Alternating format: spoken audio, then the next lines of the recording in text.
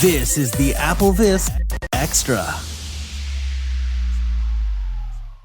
Hello, everybody, and welcome to AppleVis Extra number 60. It is that time of year again. Lots going on in the Apple universe with new devices and new software.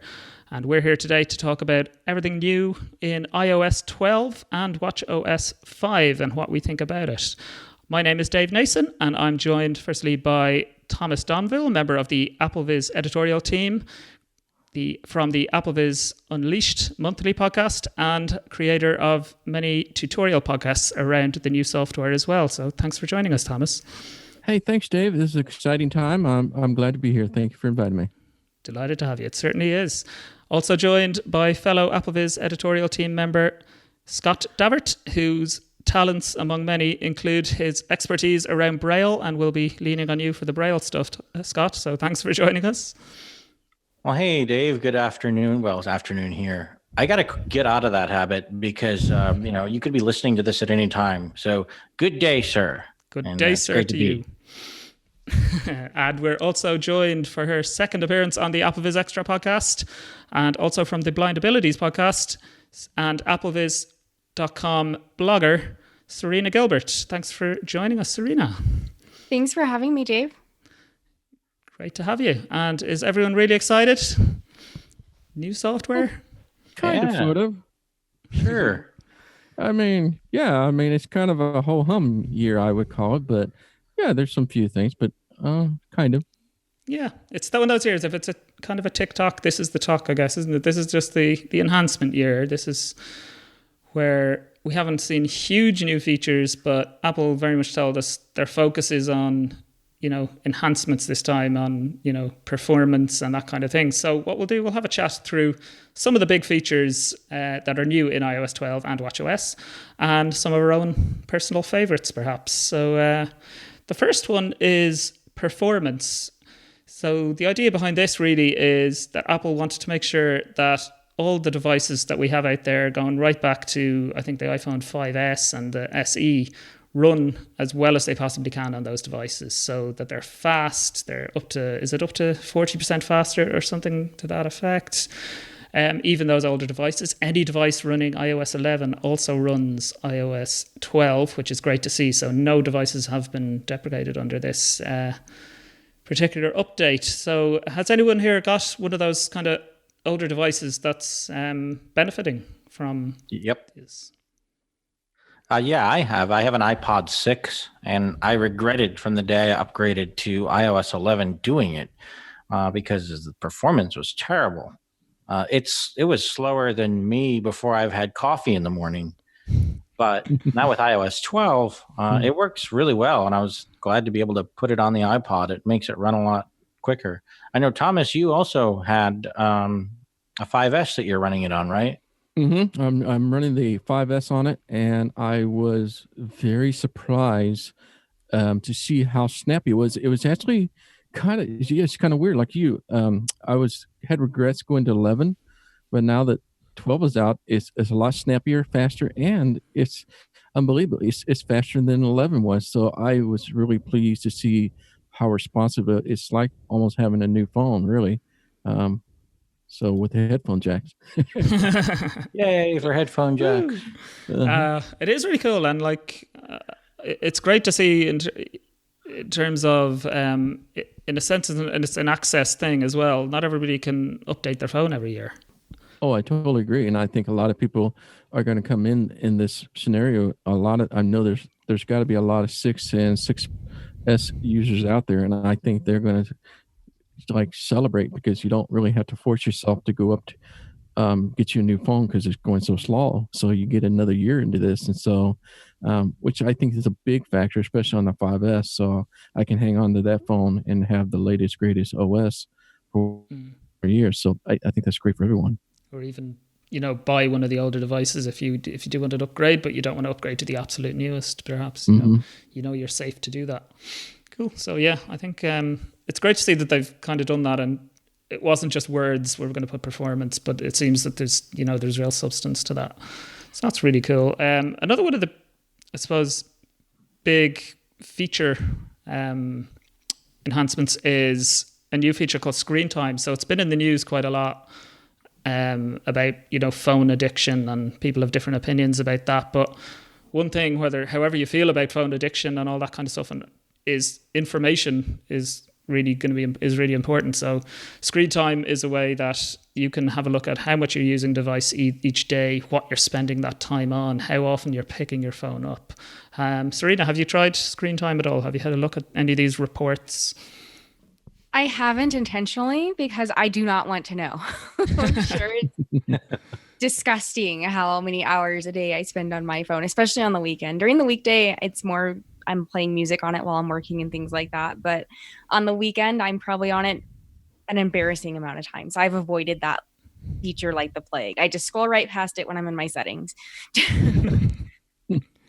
Fair enough. Thomas or Scott?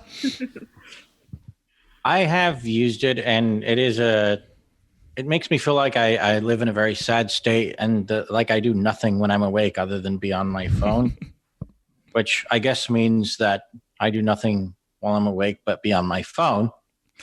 What I like about it is, and I was talking with my brother about this, is the ability to limit screen time for kids. I have a 10-year-old nephew, and he has an iPhone. And I was telling my brother about it, and he's like, wow, that's going to be great. I said, yeah. And you could even do things yourself. Like if you put app limits on yourself where you have to enter a passcode, say, for example, you want your kid to have your phone. I don't think I would ever hand a kid my phone. But if you did, you could set the app limit to 1 minute. And then they would have to enter the passcode to get into it after that 1 minute. So it's pretty much protecting, like, say you didn't want them going into your messages or your mail. Even on your primary device, you have that as a possibility. So I think it's a really neat feature, and I think it's overdue. As much as I feel that parents are the ones who should be controlling what their kids can and can't do, they have to have the tools to be able to do that. And I think iOS 12 really brings those tools to the iOS environment. Yeah, I'd agree completely. Actually, I think that the fact that you can see on your device the screen time of your kids as well, so you can see how many hours they're spending, and you can have a look through the data and say, okay, I think they're spending too much time on Facebook. I'm going to put a 1 hour limit on Facebook if I want. So that they call it downtime. Is that part of the feature where you can set, like you said, time limits on individual apps, or you could you could lock down pretty much everything except the phone app, because maybe you want them to be able to still ring home if they're in trouble, but you don't want them to be, doing anything else because they're supposed to be doing their homework or whatever it is. So I think that's really cool. Thomas, have you have been looking at your scary screen time reports? Well, it's one thing to look at it, and when there's another thing that reminds you every week that you have increased over from last week or whatever, and it's just kind of like, I'm more Serena. It's kind of like I rather not look at it because I know my habits are probably pretty bad, but I understand the reasoning behind it. As a parent, I understand that completely. Would be great as my kids were a little younger, and even when we were under the umbrella of the family share, and we can actually watch and see exactly what they're doing, which is long overdue, like Scott was saying. So I totally agree with that. As for myself, I don't use it at all. I looked at it a couple times, and that was it. I think it's pretty cool. There's a couple things that I found of interest. The pickups and the notifications were my biggest kind of a thing. I can see which notification is bothering me the most of the day, and so I can kind of cut down. I've been trying to cut down the type of notification, so this helps me there. And the pickups I thought was kind of cool that each time you pick it up to look at your phone, you can see how many times. I know I spent ungodly too much time listening to the news, reading the news, and listening to different podcasts and stuff like that. But yeah, it's a really neat application if you have a use for it. But for me, I don't really have a use for it. I'd be a little bit the same. It's mostly the pickups. Although with pickups, I don't actually know what counts as a pickup. Do I have to unlock, or if I've raised wake switched on? So is it just anytime I lift up my phone, is it counting that as a pickup? In which case I have a lot of accidental pickups. I think it is the whenever you hit the screen and something comes up, whatever you do to wake the device. because I don't pick up my phone very often. I'm a Braille user. I don't need to pick up my phone. But it knows that I'm on my phone and it's got all these pickups and or put downs, I guess. You're not sneaking through them with that. Yes, exactly. I also like the notifications, actually. That's one of the most useful parts of it, I think, is that you can say, oh God, this news app has sent me 43 notifications in the last 2 days. I'm gonna disable. Exactly. I think that's really cool. And well, I suppose off on a tangent from speaking about notifications, one of the cool new features that I really like is grouped notifications.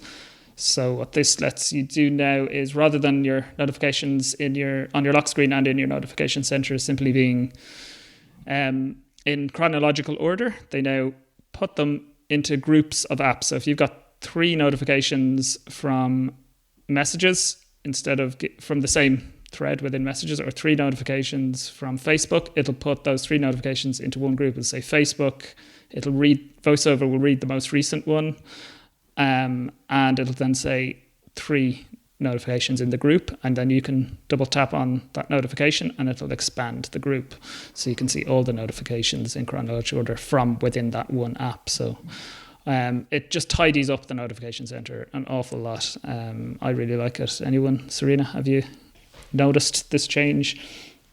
I have, and at first it confused me because I couldn't figure out how to ungroup them because I was using the rotor actions menu, and it was like view, manage, and I think clear were the options.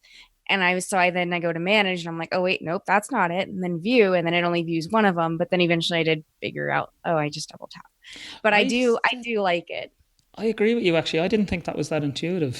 The fact that you just tap to actually expand the thread, but once you know it's there.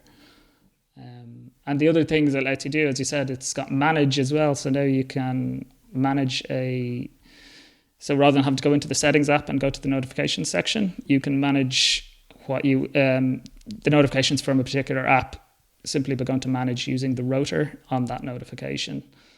I absolutely love that feature too. This is no doubt one of my biggest favorite feature of all the iOS things that you can find in 12. I say hands down, this is my most favorite. I like the grouping and I love the manage, so you don't have to be, if something was, I want to still be notified in my notification center, but I don't want it to be like popping up on the lock screen. So that manage is really cool. But Serena made a good point that the rotor gesture, that's the first thing I would have thought too, is just swipe up to think of something, but you actually have to do a one finger double tap to expand that, which is kind of a weird deal. But overall, I use this the most, and I love this feature the most myself. Yeah, and within manage, there's a feature called deliver quietly, which is what you're referring to. So then the notifications will still appear in your notification center, but you won't get an alert and it won't appear on the lock screen. So you'll still get the notifications, but they're just not bothering you, which is really cool. So, yeah, it's the customization is really the big thing for me. You can, like you guys were saying, manage them and really get that individualized notification the way you want it to, app by app. And my hope moving forward is that they quit messing with the notification center, because every iOS recently they've been messing with it. They finally got it to where I think everybody will like it. So I hope they leave it now. Yeah, there has been a few changes. They actually, they used to have some sort of a grouping, and then they got rid of the grouping, and then they've got back grouping in a better way now. And the other thing you can do as well, you can manage, as you said, app by app. So if you want grouping in Facebook, but you don't want grouping in WhatsApp, Hold your breath, Scott. I wouldn't hold your breath. I think 13 is going to just ruins everything. No, wouldn't do that. Definitely not. They wouldn't do that to Scott. Tim Cook listens. You do realize this. Did you say I was holding my breath? Okay, you can breathe now. Hey, you're like my Apple Watch. I don't need that thing anymore. Now I got Thomas to tell me when I can breathe. Oh, Lord. Well, what else did Apple make a big deal of when they were telling us about it back in June? I suppose was shortcuts. Siri shortcuts was a big thing. Well, we've been running the betas, which has given us the chance to try out these features. Shortcuts is one that we haven't really had the opportunity to use over the summer. So does anyone, from what they've seen about shortcuts, have any particular thoughts about it? Well, there was one that I noticed when I was flipping through my shortcuts part of the settings app. I don't even know how I got there. Yeah, under Siri, we had a limited access to it, yeah. Yeah, I was actually surprised. There was one that came up with a third-party app that was WhatsApp. Yeah. And it was one that I could assign something to send a message to a specific group that I had in WhatsApp. Yeah. I saw some WhatsApp ones as well. Did you use it? No, because I mean, I do the voice message part more than anything. So when you use Siri to send it, it's sending a text instead of recording your voice. And could you imagine yourself if you got kind of more, when we get these more kind of powerful ability to make shortcuts using third-party apps and stuff, is there any kind of things you can think of that you're going to use, you'd like to set up if they're in the catalog? Well, something as simple as playing a specific station on Pandora, or for those who subscribe to Spotify, being able to finally use Siri to play a specific song or album on Spotify, like things that it should have been able to do years ago. Yeah. So that's exactly, I said the same thing to Scott before we started recording. I was like, I play the same radio station in TuneIn Radio every morning going to work. So as I walk out the door, instead of having to go and find that station in the app, I can just, hopefully I will be able to just say, play Radio Nova, and it'll just open the app and do it for me. Little things like that I can see myself using, but I'm struggling so far. And I think I'm hoping to see the catalog of pre-made ones first to maybe inspire me into what I might come up with. Thomas, you kind of like a bit of automation. You did a really good podcast on If This Then That, IFTTT, a few months ago. So I don't know, do you have any brainwaves about what you're going to use?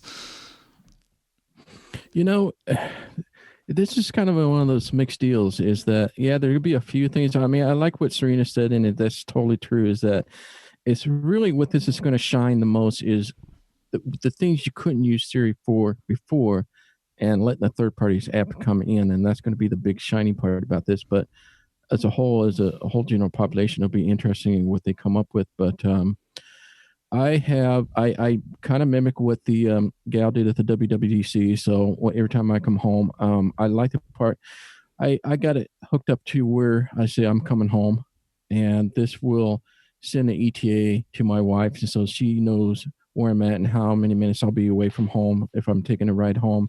And then I'll just it'll open up my latest news, and then I can just read it from there. And on top of that, like she did, is that you put the music in the background so they kind of, so I don't have to listen to all the chit chattering in the bus, on the way home. So yeah, there are some pretty cool stuff about that I will be using it for, but that's primarily what I've been using it for lately until more and more things get opened up and your creativity and imagination will just be, just to the sky, really. Yeah, I think it will be really powerful, actually. It's it just might be a process for us to kind of really uncover how powerful it is. Scott, do you have any thoughts on it? Well, I think we're still going to be limited. You're not going to see like all the functionality that you have on Google and Amazon's platforms. Like, for example, you can't go buy an Audible book. I don't really see them implementing that. Even with the books application now, it's still the only place you can natively buy books on the Apple platform. So I think it's still going to be a little more limiting in some ways, but than what you have on some of the other assistants.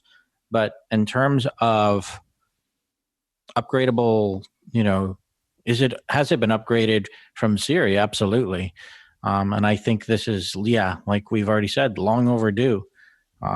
It's kind of the counter argument for sandboxing. You put yourself in that walled garden, and people are going to leave eventually because they can do something with a voice assistant that's much more functional than what you have as your default. Yeah, I'm hoping that this is just an infancy stage, as in, this has been one of those features that we have all been telling Apple we want more functionality, we want more open access to Siri, not be stuck in the ecosystem that only their stuff works. Like tying Spotify with this, so you can play your playlist from Spotify or ask songs from Spotify, all from Siri. And I think that this is their answer of opening that platform open to us. And I think hopefully over time that this will get more and more so. But Apple will always have a limitation of what you can do. So at some point, I think it'll never be what an Android is, of course, but it's nonetheless it's a welcoming new feature. Yeah, I agree totally. Although I was listening to a podcast recently where a guy who's a real expert in kind of on the technical side of operating systems and all these kind of what's coming down the line, and he seems to believe that in the long run, this is going to, voice first, as he called it, is going to be a huge part of our operating systems. It's going to take over a lot of functionality that we currently do by opening an app and stuff like that. So he's kind of saying this is the first block kind of, but, watch this space because he expects it to get bigger and bigger. But yeah, you're right as well to say it's still probably Siri, certainly this year, Siri still isn't as powerful probably as some of the rivals, but it's a huge step forward. Scott, there are new Braille commands for Braille displays. Is that right? There are a lot of them. I'm not going to sit here and go through them all because that would just take a long time. But yes, there are new Braille commands, and they make navigation a lot more efficient for Braille display users. You could, for example, do a lot of these things within the rotor prior to iOS 12. And you do have to customize the Braille display command. They aren't there by default. I walk through that in our announcement about iOS 12. I wrote that part of the post. So if there's a problem, you know who to complain to. But it really is going to, and it already has for me, sped up a lot of my navigation on the Braille display. For example, just setting up one for headings. I don't have to go into the rotor and move around to get to headings. I set up backspace with H for myself, and then space with H to go to the previous heading, and I can very quickly jump around. Same with form fields, and it works really well. I haven't found any real issues with it. So that is definitely a major step forward for Braille display users. Yeah, that's got to be huge when you think of people, it's just like when people use Bluetooth keyboards, I guess. Yeah. Having that ability to just set up those, and it's great that they're customizable probably as well. I know maybe it takes a bit of work to set them up, but at least you can have them the way you want them.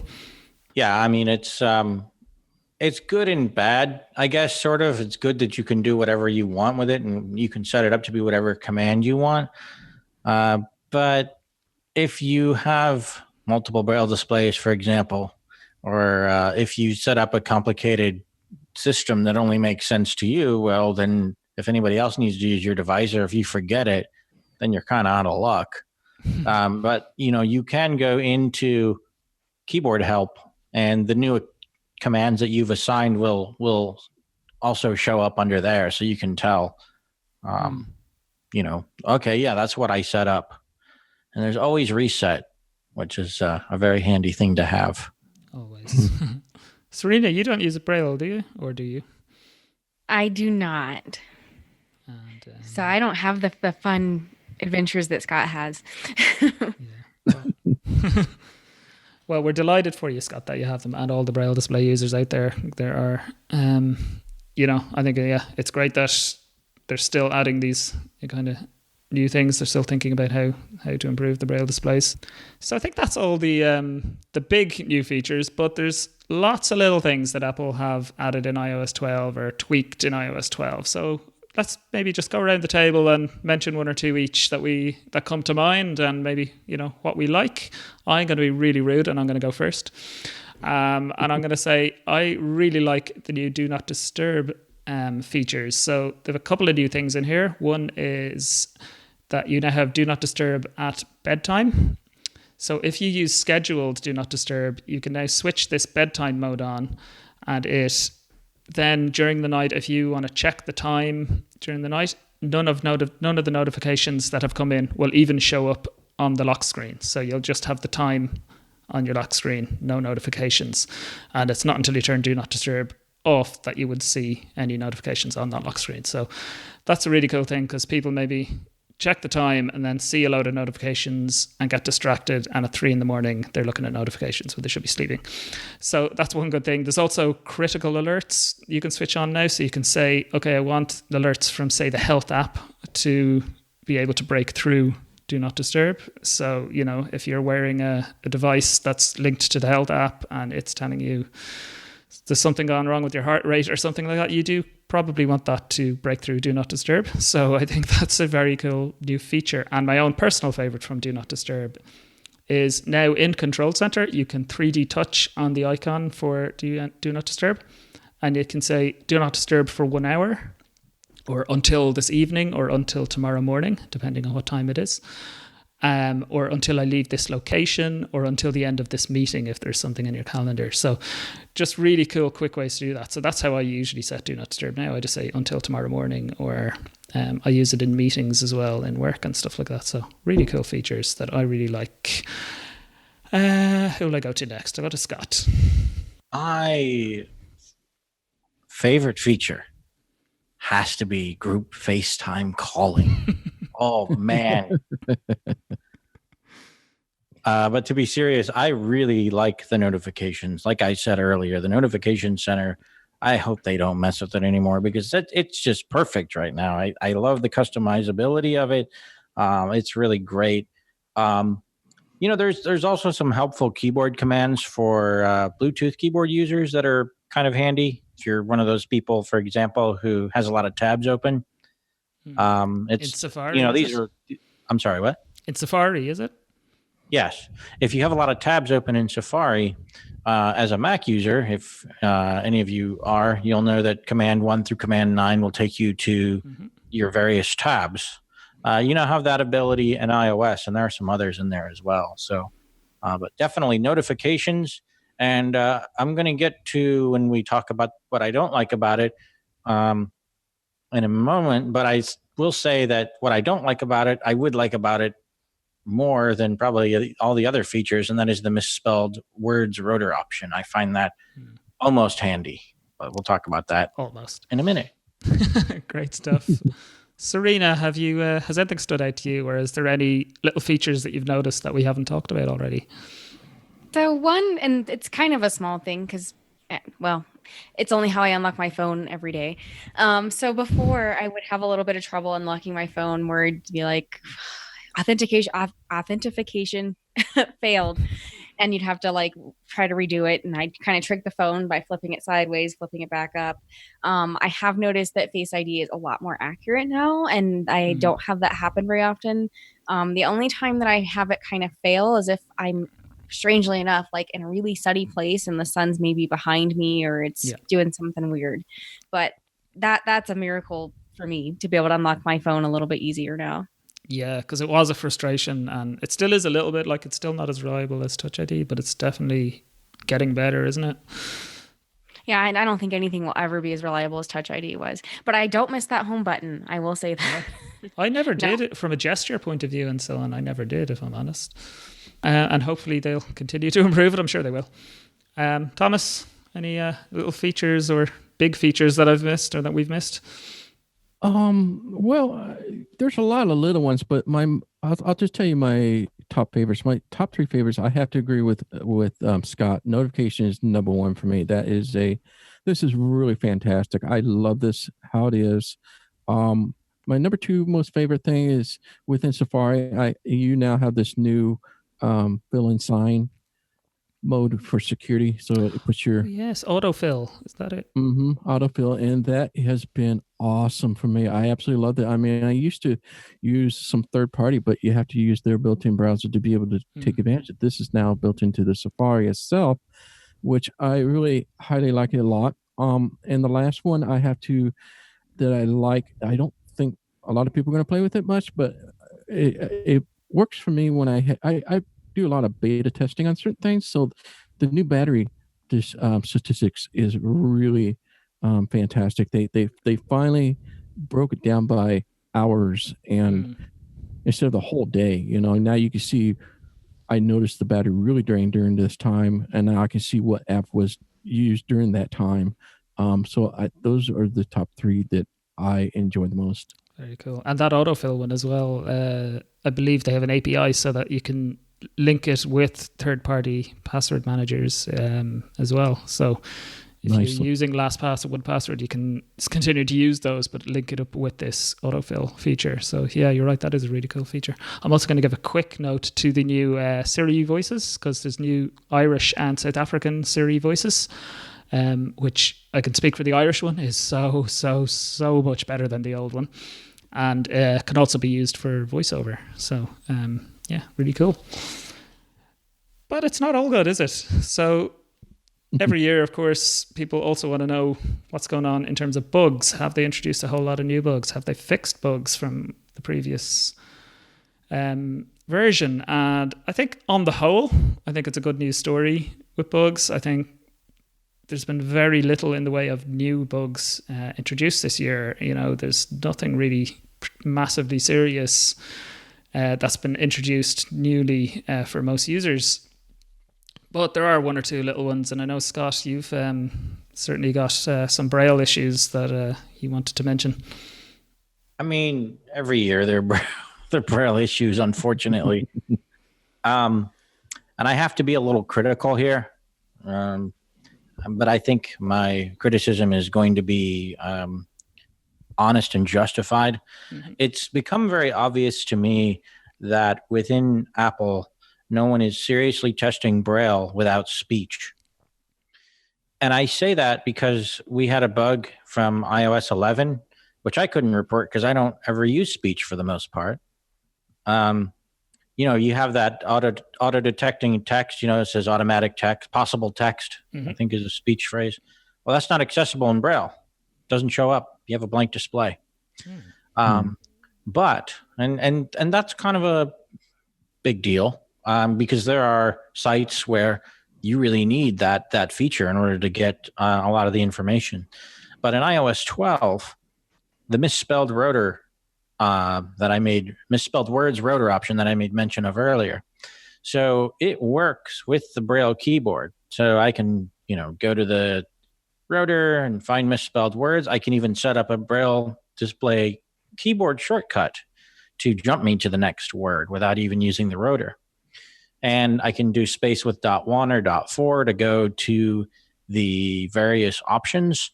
But when I go to look at the list of replacements, I don't see them on my Braille display. They work in speech, but all you see on the Braille display is that the word is highlighted. So unfortunately, if you can't use speech or, for whatever reason, that feature is not accessible to you simply because for whatever reason, those misspelled word replacement options are not displayed in Braille at all.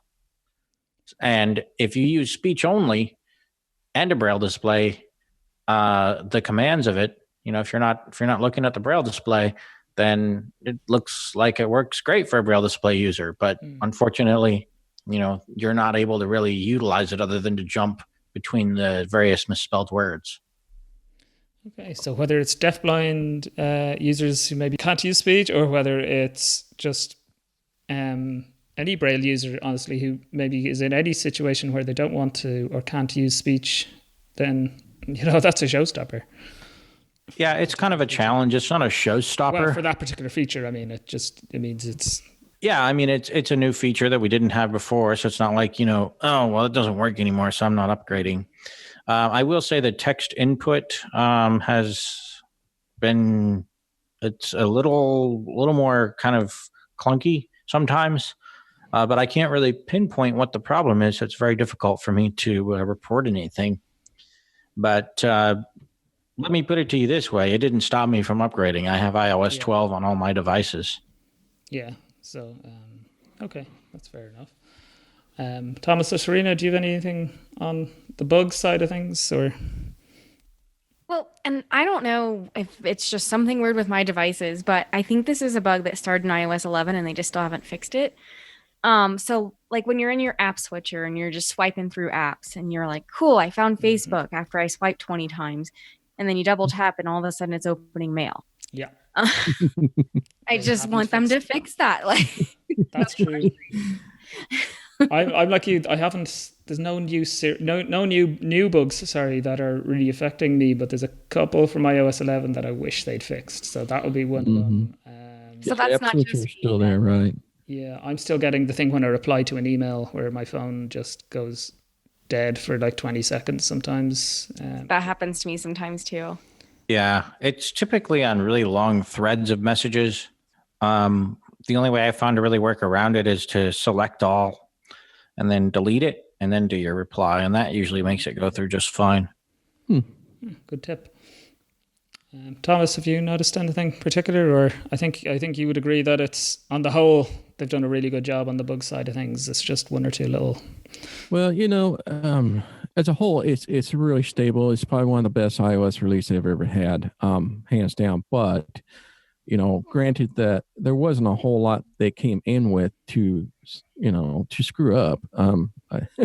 So coming into it, there's going to be a handful of minor bugs. A lot of just little things are going to be coming in the way, with the exception of what Scott was talking about, the Braille issue. I totally agree with him. I think that either they are lack of resources or lack of people that have Braille display proficiency or experts in those areas. I think they really need to work on that, because this is year after year after year. I mean, there's something comes up, but the good news is that you can actually use the Braille display, like Scott says, because unlike last year, you had to wait until 11.1 before you'd be able to use your Braille display specifically. So I granted that, but overall, I have not had any bug that like totally annoyed the heck out of me, other than what Serina said, the app switcher kind of weird sometimes. Sometimes what I notice, it comes up and be on the app that I just was at, and I close it and then it just stops, doesn't say anything, and then I have to touch it again,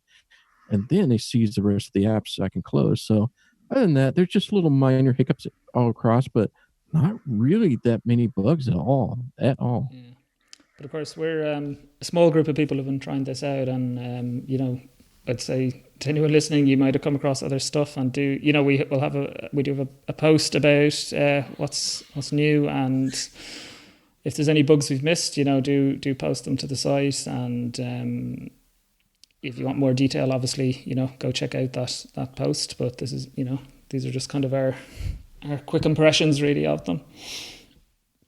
Before we move on from this bug discussion, I just want to make a point of clarification.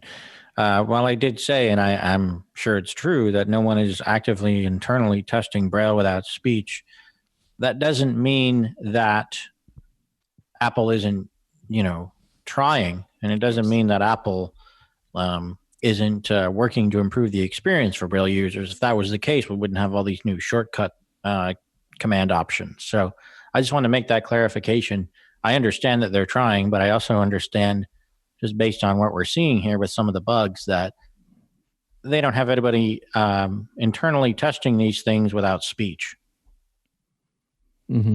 Yeah, I agree with you. Yeah, I agree with you in the sense of Apple is trying. They have resolved some of the problems we saw during the beta cycles, which was some big ones actually, and so they did squash those, and so we have just a few remaining medium ones. So that's not too bad right there, really. Yeah, no, like I say, Thomas, on the whole, it's been a very stable release this year, I'd say. I think that's everything on the iOS 12 side, which would allow us to have maybe a quick discussion around watchOS 5, the new version of the Apple Watch operating system. I only have a Series 0, as people call it, the original Apple Watch, so I haven't got the ability to actually install watchOS 5. I know Scott's the same. Serena, do you have an Apple Watch? I do have an Apple Watch, but I didn't feel like I just didn't test it on there, honestly. I'm sorry. That's fair. Because I don't remember. I just have to think back to WWDC, some of the features they were talking about. And I remember everyone being really excited about like the walkie-talkie feature. Mm-hmm. But from what I understand, that wasn't something that could be tested with the public beta or any of the betas. So I've got nothing. Do you think you'll use the walkie-talkie feature? I will. I'll probably use it to annoy people that I know have the Apple Watch. Just to be like, hey, what are you doing? That's what Thomas plans to do, isn't it? You have been running it all summer, haven't you, Thomas, or the watchOS? So you're our watch expert. Well, like Serina and you said, yes, the walkie-talkie was probably the biggest one. Everybody's looking forward to the watch the most. And, at first, when it first came out, I wasn't sure if I like it or not. But as time went on and I got other people to test it with, I truly enjoy it a lot. One thing I learned about this they didn't mention before is that it uses the FaceTime audio functionality, API for the FaceTime. So the quality is actually pretty decent on there. For coming out of a watch, of course, it's going to sound pretty tinny. I mean, you don't got so much of a speaker on it, but it's pretty flawless. I love it.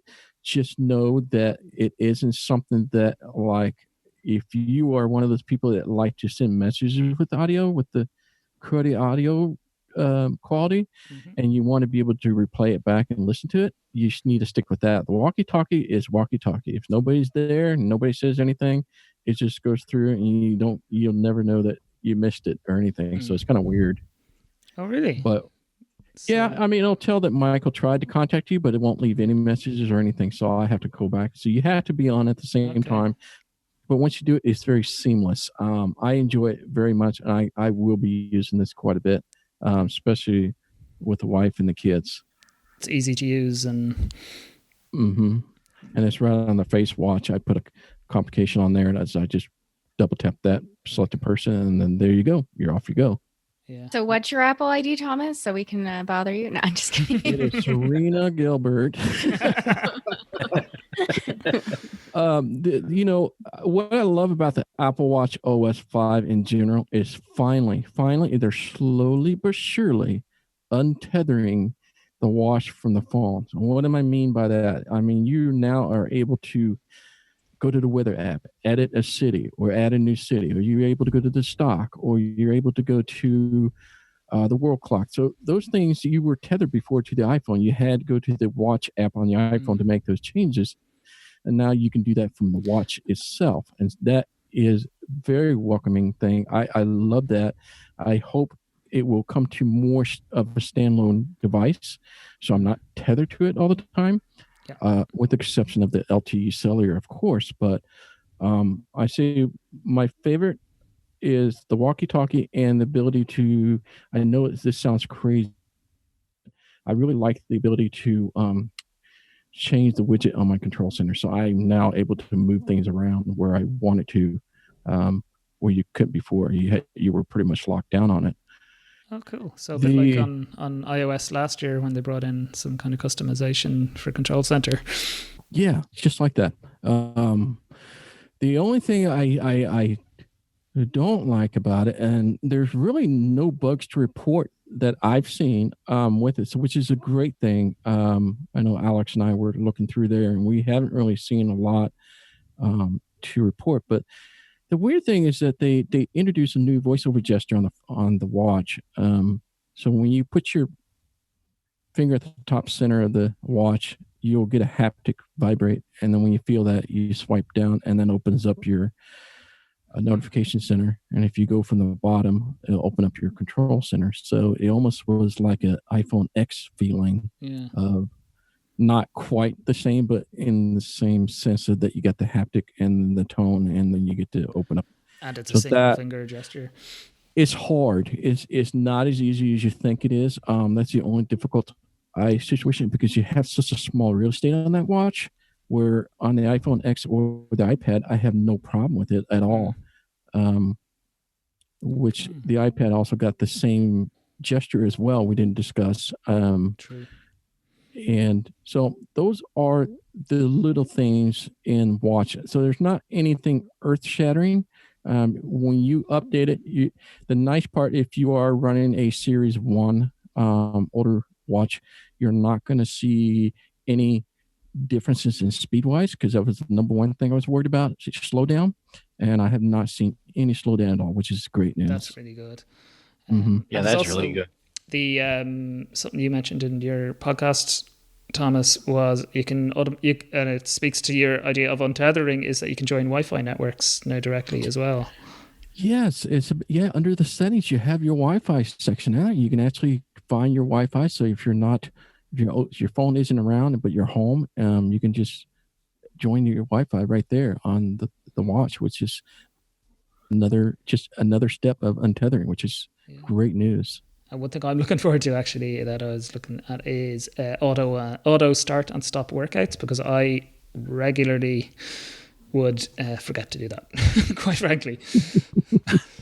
I just halfway through the workout I go, man, or 4 hours after I finish the workout. Well, I have a Zero Edition as well, and what made me get my first Apple Watch was watchOS 3 and the Taptic Time functionality. I love that. watchOS 5 might push me into getting a new watch. First of all, because of, like you were saying, Dave, with the auto start and stop of workouts. I mean, I would do that a lot. I was like, oh crap, I forgot to start my workout. I got nothing for today.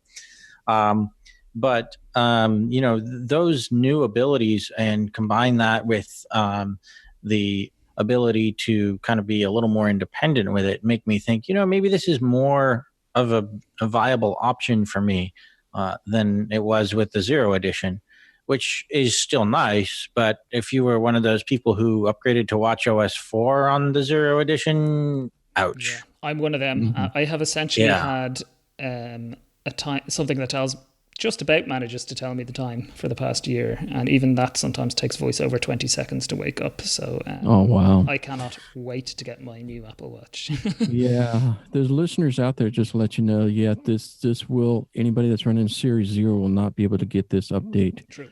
But I'm sure you wouldn't want it. I mean, like, if you think 4 is just makes it go to a crawl, so there's no way. The other thing too, Thomas, about the walkie-talkie feature, going back to that, I hope they make it a little more consistent so that you can double tap with 2 fingers anywhere in the app to start recording. As I understand it, now you have to do it on that specific button. You can't just be launching that part of the app and then double tap with 2 fingers. Is that correct? Yeah, what is a focus issue? So when you're in the walkie-talkie app itself, you can just do it 1 finger double tap hold to start talking and then let go. What it doesn't announce is that you can do a 2 finger double tap to lock it and then you talk freely without any hands, and then you do 2 finger double tap again. That function only works if you're on the talk button itself. So if you're anywhere focused outside of within the walkie-talkie app, it won't work. So that would be the one bug to let people know, but I would imagine a lot of people don't know you could do a 2 finger double tap, but you can. The thing I forgot to mention too is that for those Siri maniacs that like to use the watch with the Siri a lot, you probably will enjoy the raise to wrist Siri functionality, where you don't have to say, "Hey Siri" anymore. You can actually, every time you lift it, Siri's ready to listen to you. You feel the haptic on your wrist, and you can just start talking. It also supports the Siri shortcut from your phone. Oh, cool. Yeah. I think, I'm looking forward to new hardware, but I'm definitely, from listening to you talking about watchOS 5, I'm definitely looking forward to getting it as well. Like you say, it's like iOS 12, it's not huge new features, but it's a lot of little enhancements that I think are going to make it a lot better.